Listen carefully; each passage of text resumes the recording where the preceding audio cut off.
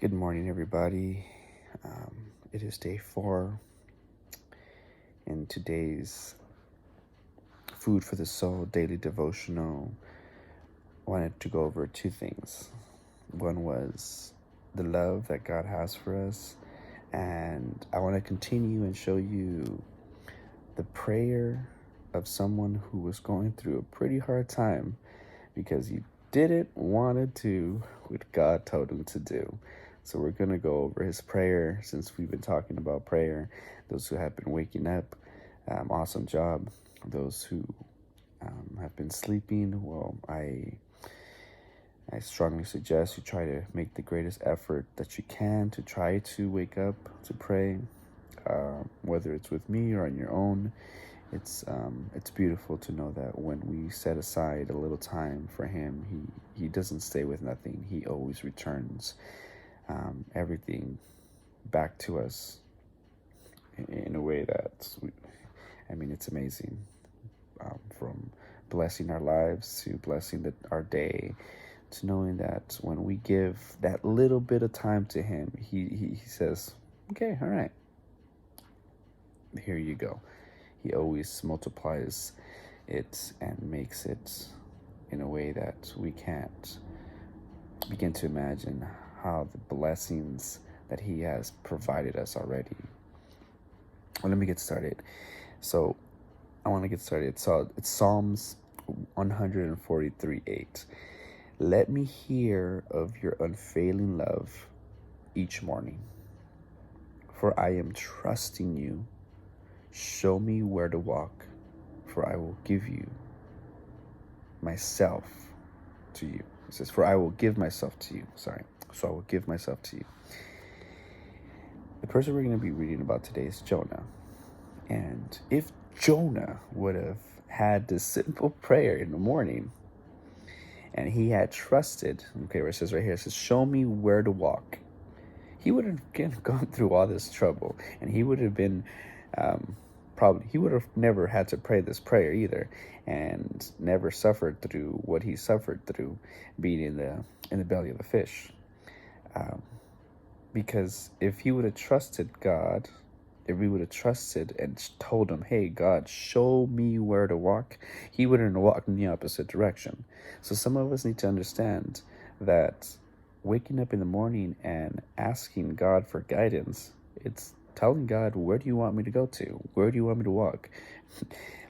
That's why it's so important, the power of prayer, because every morning is kind of like, God, getting that map quest from him, and he's showing us, okay, this is where I need you to go, this is where I don't need you to go, because that's why we say, lead me not into temptation. It's a guide in which God's going to show you where to go and where not to go. It's like your own Google Maps, or if you're an Apple person, your Apple Maps, when you plug them in. And that's the beauty of prayer. It's, in a way, a guidance of where to go. It says, let me hear of your unfailing love. And we talked about this. Well, we didn't talk about it, but Pastor talked about this yesterday in his preaching about his unfailing love he has for us. And I don't want to go too much in detail. Hopefully you were there. It was a blessing, and it's amazing the love he has for us. Above all else, above faith, above hope, in the end, when we're in heaven, we're not going to need that. We're going to have the one thing that's going to be there everlasting and has been there since the beginning of time, and that is love. That is amazing. How can you can't begin to describe how amazing it's going to be when you're in love. You do things that you don't do when you're not in love. Shasit mentioned something the other day when we had the class, and she said something regarding how sometimes when you're in love and you're seeking him, you lose track of time. You lose track of, oh my gosh, how sleepy you really are, because the love you have and the relationship you have for him it's awesome. It's an amazing feeling that you forget. You lose track of time. So let's go on to the prayer that Jonah prayed, and it's in Jonah 2, chapter 2, verses 1 through 10. And I want to share with you guys how Jonah prayed, because everybody prays differently.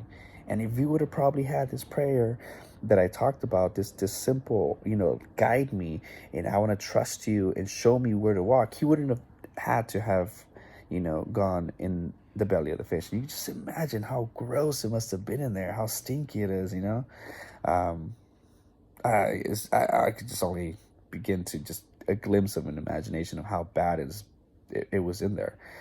So this is Jonah's prayer to God when he was in the belly of the fish. Poor guy.